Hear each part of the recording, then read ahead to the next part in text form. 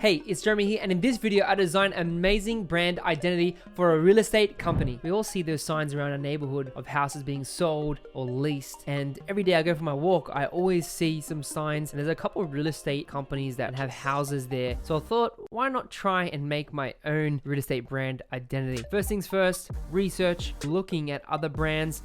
Obviously the ones that I had in my street, I went for a stroll, looked at some of the signage and the design elements that they created, and then I went online. And online there's a lot of big names like Ray White and Century 21, and they're well known in Australia obviously, but I wanted to steer away from that and sort of aim a specific target of couples or people who want to start a family.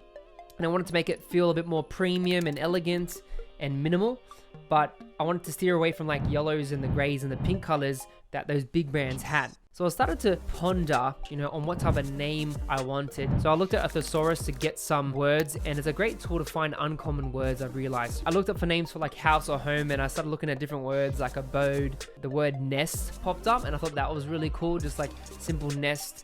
Nest egg, a dream home where someone comes and buys a property. I thought that was interesting. Now, after I found the name, I started to build a mood board using images from my favorite sites, Pinterest, Dribbble, and Behance. Now, I really was looking for a minimal flat style with some nice serif fonts and minimal icons. So that's what I was typically looking for, the logos. Now for the sketching process, I keep everything rough. I just took my normal 2B pencil, just playing around with the icons and the text. I wanted to get that sketch in vector form. I had this cool idea of, having these two birds inside a house shape to represent like real estate, and the target audience was couples. So I'm like, okay, let's put two birds inside the house, and sort of that was my idea.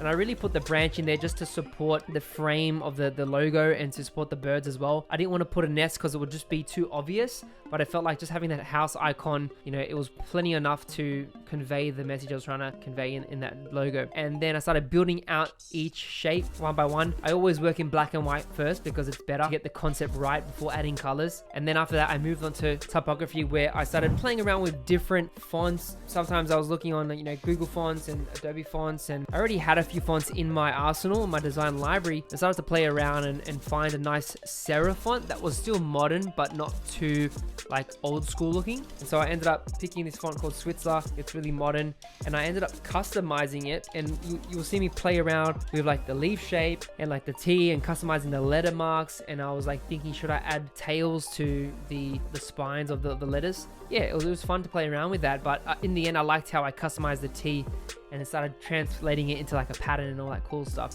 So you'll see me as I start to create this.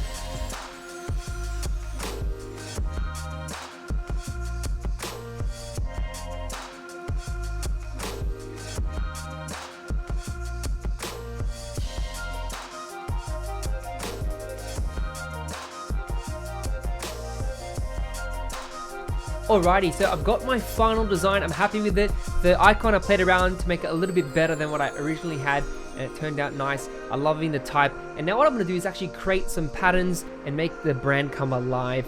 And yeah, super excited for that. I'm going to show you how to do that. And one of the things that I want to point out is that when I'm creating a pattern, I try and pull things from the logo, and this allows me to create something that's versatile, dynamic, and not boring and just slapping the logo on all the mock-ups. You want to create a cohesive brand. So what I'm going to do is grab one of the leaf that I've created for the T. So you can see the T mark. I'm going to grab this little leaf icon that I have. And so what I'm going to do is I typically tend to play around and create a pattern. So I've got the leaf here. And now what I'm going to do is just like duplicate that. And I like to transform things. So I'll transform and I'll just like flip this. And I'll try and find like connections. So like this could be something interesting. All right, even this one here, if I just do this. And so I'm trying to find interesting shapes, so when I make the pattern, it looks actually good. Cool, so we've got this like little plant, and that's kind of cool. I want to go back to this shape, duplicated it, kind of looks like a butterfly, that's cool. So for example, if I wanted to create a pattern out of this one, I'm going to go to Object, and then I'm going to go down to Pattern and click Make. And then straight away we can see what the pattern does. It's starting to create that seamless pattern, which is cool.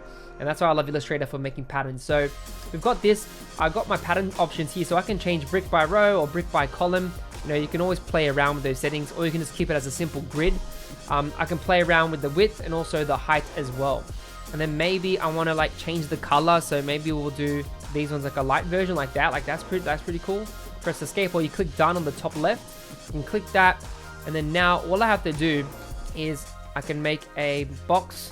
And then for example, I'll make another one on top, and I just got to click the swatch. So in my swatches panel, you can see the little swatch there. I'm going to click on that, and obviously because I've got a green background, I'll change it to gold, and you can see it there. And a cool trick I like to do is press S, hold Alt or Option if you're on a Mac, and I'll left click once, and you got the scale option. I'll tick off transform objects, and so basically transform patterns will only affect the pattern inside the shape.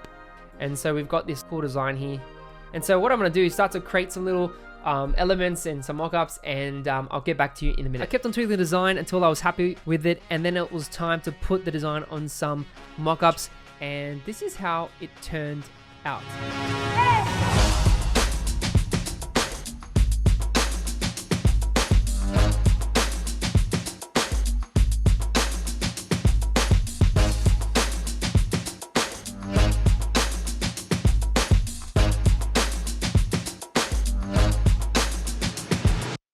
Thanks so much for watching. I really appreciate it. If you do want to see another brand identity video I did, then check out this video right here on the screen. I'll put it up, and you can check out how I made an electric car company from scratch.